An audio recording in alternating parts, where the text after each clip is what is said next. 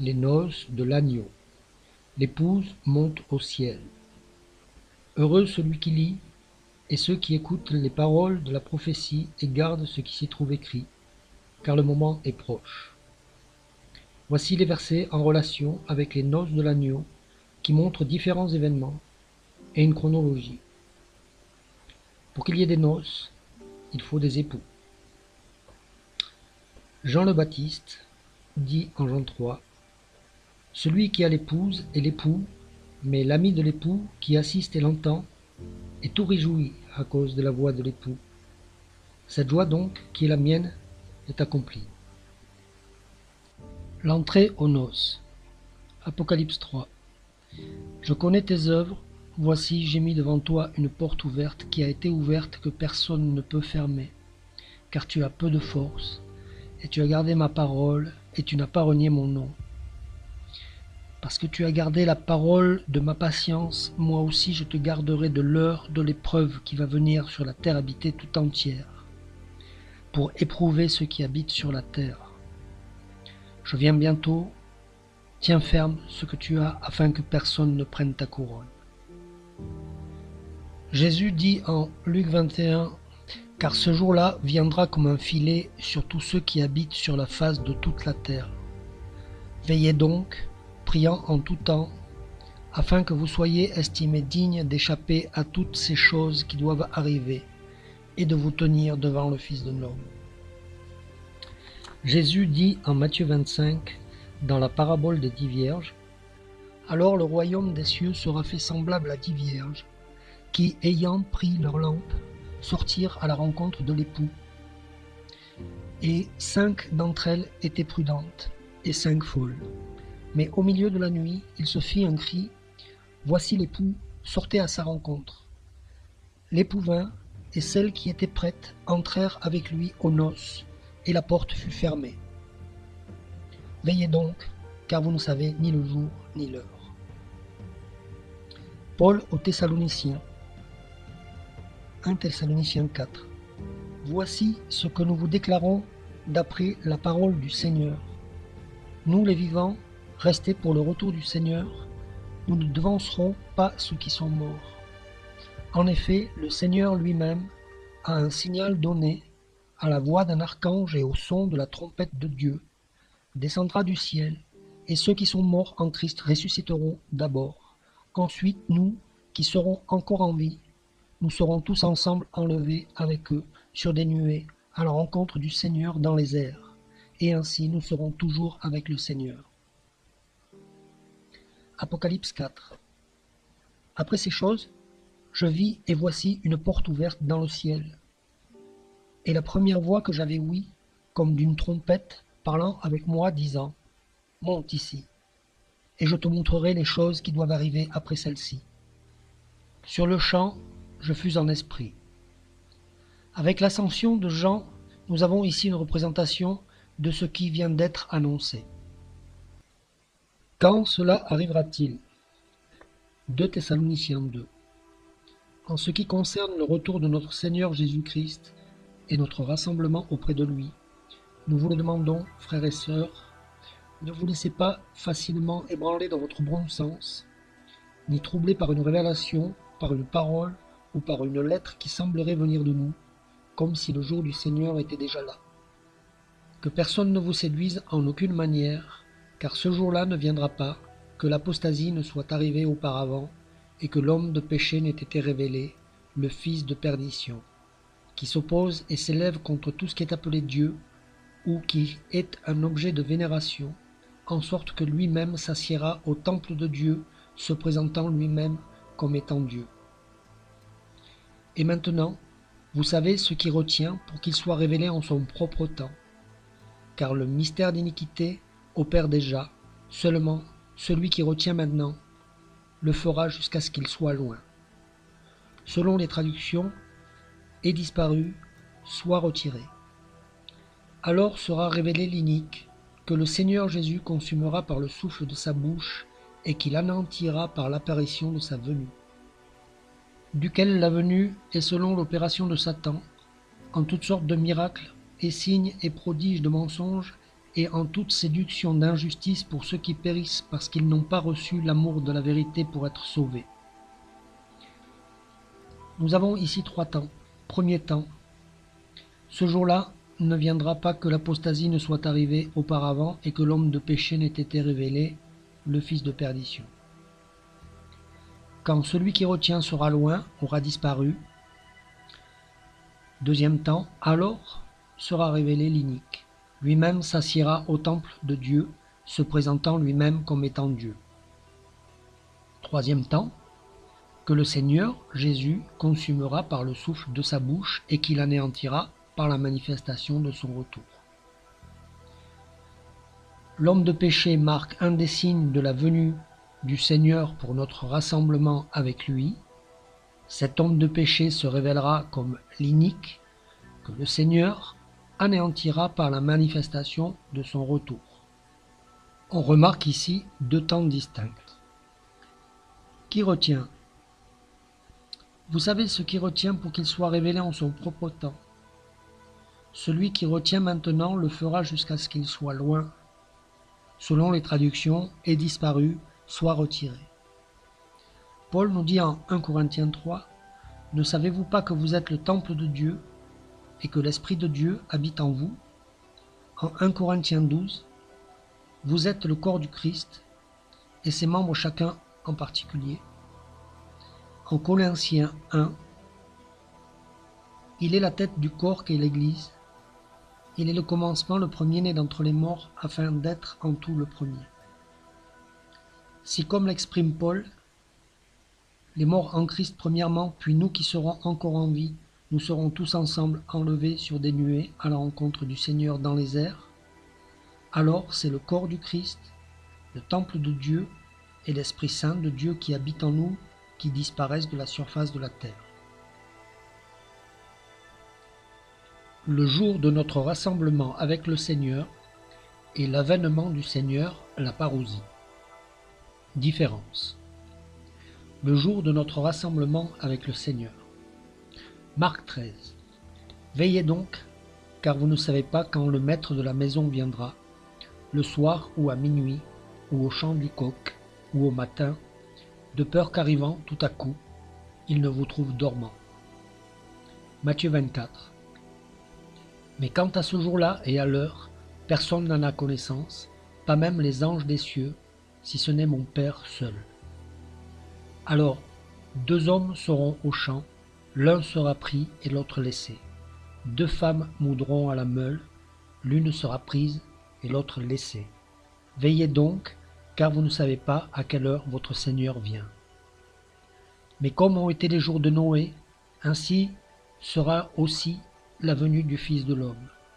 Car comme dans les jours avant le déluge, on mangeait et on buvait, et on se mariait et on donnait en mariage, jusqu'au jour où Noé entra dans l'arche, et ils ne connurent rien jusqu'à ce que le déluge vint et les emporta tous. Ainsi sera aussi la venue du Fils de l'homme. Si donc on vous dit, voici il est au désert, ne sortez pas, voici il est dans les chambres intérieures, ne le croyez pas. Car comme l'éclair sort de l'Orient et apparaît jusqu'à l'Occident, ainsi sera la venue du Fils de l'homme. L'avènement du Seigneur, la parousie. Ésaïe 13. Voici, le jour de l'Éternel vient, cruel, avec fureur et ardeur de colère, pour réduire la terre en désolation, et il en exterminera les pécheurs. Car les étoiles des cieux et leurs constellations ne feront pas briller leur lumière, le soleil sera obscur à son lever, et la lune ne fera pas luire sa clarté. Apocalypse 8. Et le 4e ange sonna de la trompette, et le tiers du soleil fut frappé, et le tiers de la lune, et le tiers des étoiles, afin que le tiers de ses astres fût obscurci, et que le jour ne parût pas pour le tiers de sa clarté, et de même pour la nuit. Luc 21. Et il y aura des signes dans le soleil, et la lune et les étoiles, et sur la terre une angoisse des nations, en perplexité devant le grand bruit de la mer et des flots. Les hommes rendant l'âme de peur et à cause de l'attente des choses qui viennent sur la terre habitée, car les puissances des cieux seront ébranlées. Et alors on verra le Fils de l'homme venant sur une nuée avec puissance et une grande gloire. Et quand ces choses commenceront à arriver, regardez en haut et levez vos têtes, parce que votre rédemption approche. Cela est en contraste avec. Ils ne connurent rien comme dans les jours de Noé. On buvait, on mangeait, on se donnait en mariage, tout semblait normal. Personne ne connaît ni le jour où le Seigneur viendra, ni l'heure, que ce soit le soir ou à minuit, ou au chant du coq, ou au matin. Veillez donc de peur, qu'arrivant tout à coup, comme l'éclair, il ne vous trouve dormant. D'une part, il y a le côté soudain, inattendu de la venue du Seigneur qui survient comme l'éclair, tout à coup, dans des conditions de tous les jours qui semblent normales.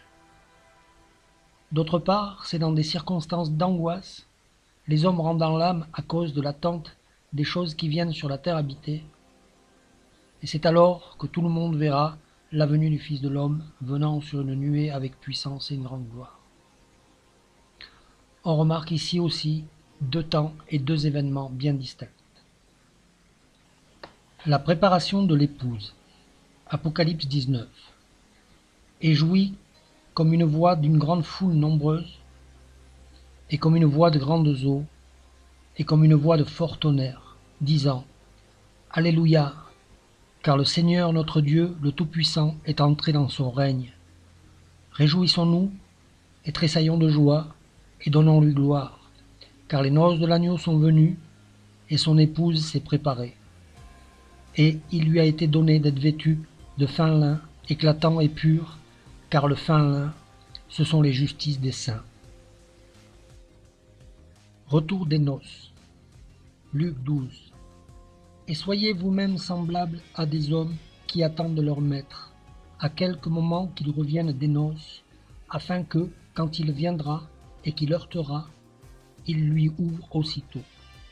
Bienheureux sont ces esclaves que le maître, quand il viendra, trouvera veillant. En vérité, je vous dis qu'il se scindra et les fera mettre à table, et s'avançant, il les servira.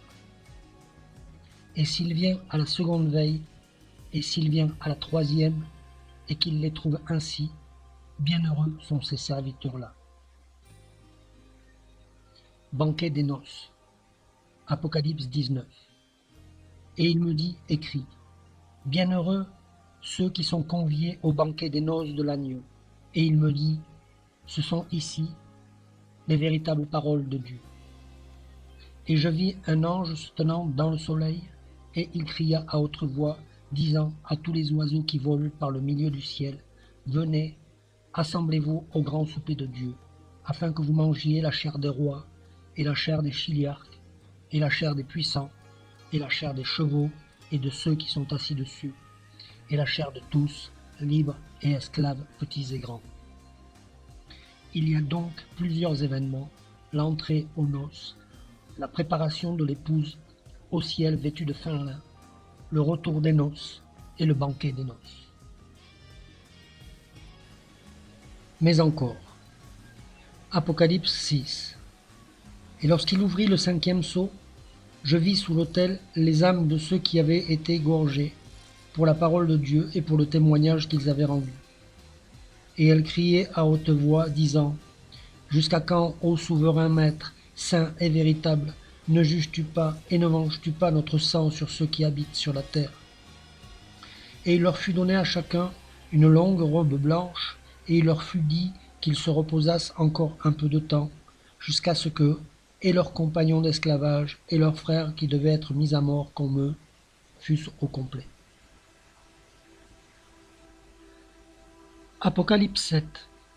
Et l'un des anciens répondit, me disant, « Ceux-ci qui sont vêtus de longues robes blanches, qui sont-ils et d'où sont-ils venus ?»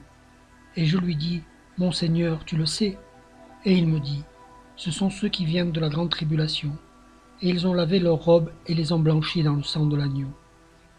C'est pourquoi ils sont devant le trône de Dieu et le servent jour et nuit dans son temple.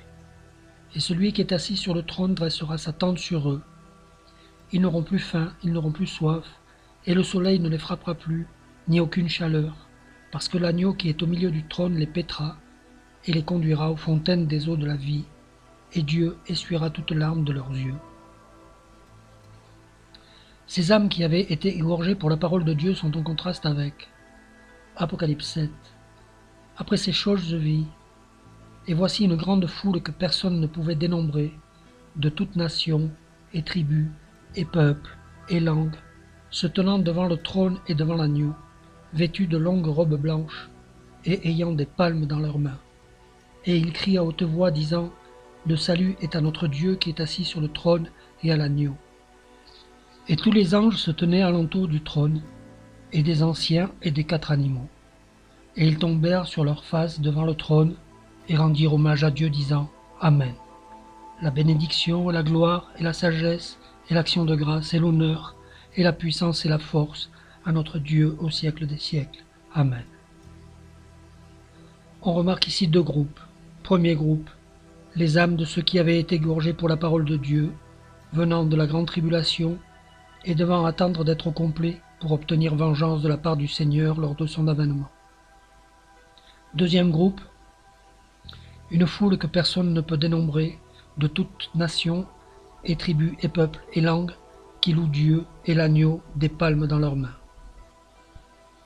On peut constater aussi qu'avant l'ouverture du 7e sceau, il y a déjà beaucoup de monde au ciel. Apocalypse 8.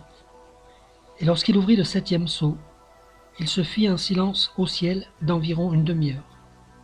Et je vis les 7 anges qui se tiennent devant Dieu, et il leur fut donné 7 trompettes. Les 7 trompettes et les 7 coupes précèdent l'avènement de notre Seigneur, la parousie. Il est encore dit de ceux qui viennent de la grande tribulation. Apocalypse 12. Et eux l'ont vaincu à cause du sang de l'agneau et à cause de la parole de leur témoignage, et ils n'ont pas aimé leur vie, même jusqu'à la mort. Apocalypse 14. Ici est la patience des saints, ceux qui gardent les commandements de Dieu et la foi de Jésus. Et jouit une voix venant du ciel disant, écrit, bienheureux les morts qui meurent dans le Seigneur dorénavant. Oui, dit l'Esprit, afin qu'ils se reposent de leurs travaux, car leurs œuvres les suivent. Acte 2. Aussi en Joël 2. Et il arrivera au dernier jour, dit Dieu, que je répandrai de mon esprit sur toute chair, et vos fils et vos filles prophétiseront, et vos jeunes hommes verront des visions, et vos vieillards songeront en songes. Et sur mes serviteurs et sur mes servantes, en ces jours-là, je répandrai de mon esprit, et ils prophétiseront. Et je montrerai des prodiges dans le ciel en haut, et des signes sur la terre en bas, du sang et du feu, et une vapeur de fumée. Le soleil sera changé en ténèbres, et la lune en sang, avant que vienne la grande et éclatante journée du Seigneur.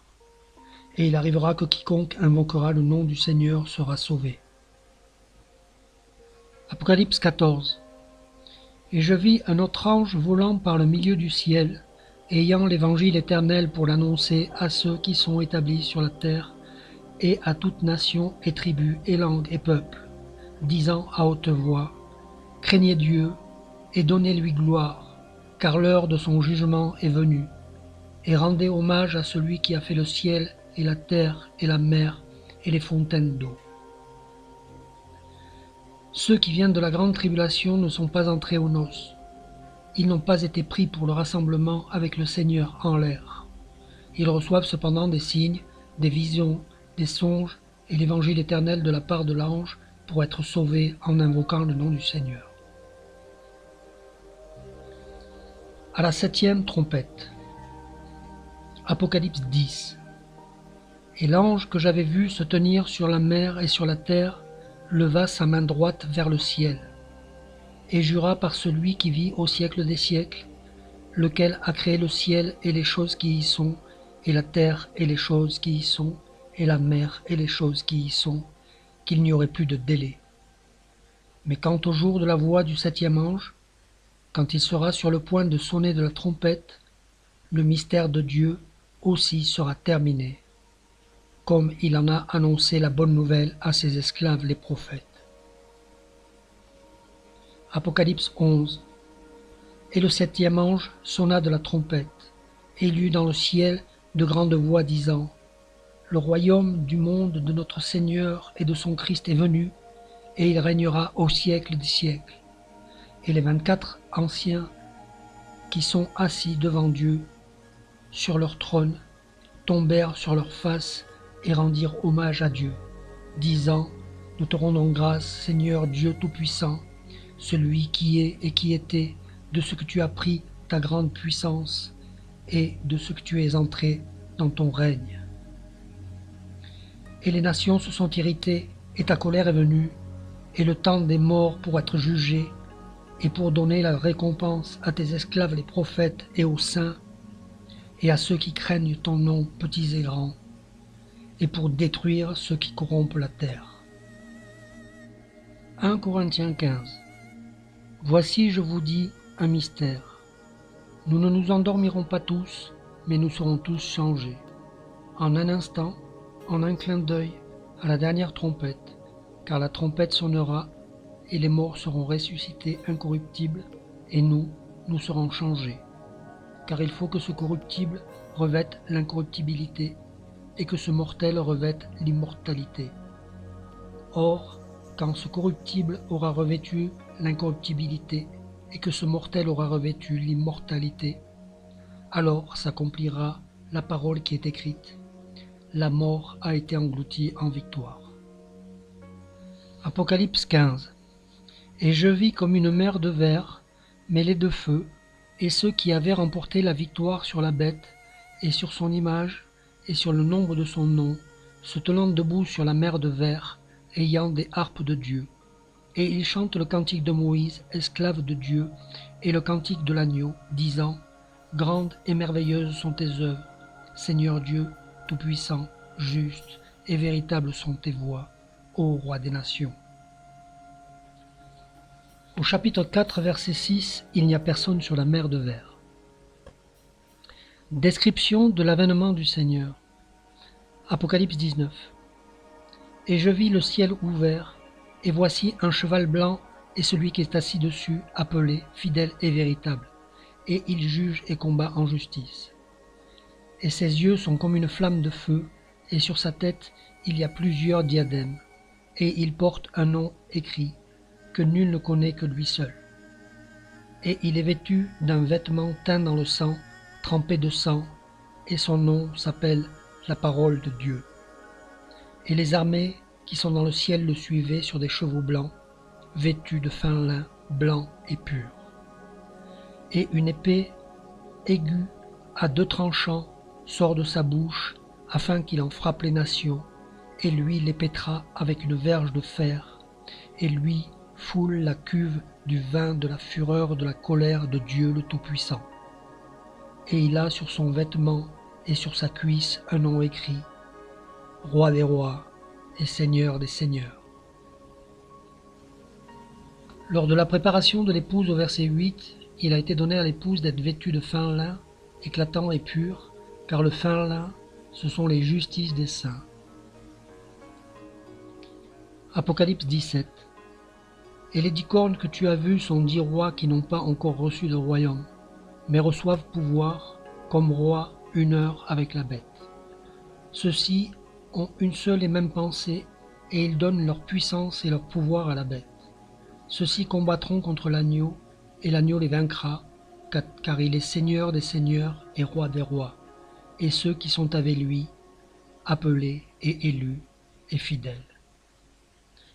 Le Seigneur, lors de son avènement, sera accompagné d'appelés, d'élus et de fidèles, son épouse qui est préparée pour le banquet des noces. Conclusion. Apocalypse 22. Et il me dit, ne scelle point les paroles de la prophétie de ce livre, le temps est proche. Que celui qui est injuste commette encore l'injustice, et que celui qui est souillé se souille encore, et que celui qui est juste pratique encore la justice, et que celui qui est saint soit sanctifié encore. Voici, je viens bientôt, et ma récompense est avec moi, pour rendre à chacun selon que sera son œuvre. Moi, je suis l'alpha et l'oméga, le premier et le dernier, le commencement et la fin. Bienheureux ceux qui lavent leurs robes, afin qu'ils aient droit à l'arbre de vie, et qu'ils entrent par les portes dans la cité. Apocalypse 21. Et l'un des 7 anges, qui avait eu les 7 coupes pleines des 7 dernières plaies, vint et me parla, disant, Viens ici, je te montrerai l'épouse, la femme de l'agneau. Et il m'emporta en esprit sur une grande et haute montagne, et il me montra la sainte cité, Jérusalem, descendant du ciel d'auprès de Dieu, ayant la gloire de Dieu. Dans cette période apocalyptique qui s'approche, les Écritures, au travers des noces de l'agneau et de l'Apocalypse de Jean, sont claires pour comprendre qu'il y aura bien une venue de notre Seigneur dans les airs, soudaine, imprévisible, dont personne ne connaît ni le jour ni l'heure, pour prendre avec lui son épouse, la préparer pour les noces et se manifester avec elle et tous les anges lors de son avènement. Le Seigneur, dans les Écritures, nous a laissé des signes. De nombreux signes sont manifestes aujourd'hui. Veillons donc et prions pour que nous soyons trouvés prêts. Ainsi nous serons toujours avec le Seigneur. Encourageons-nous donc les uns les autres par ces paroles.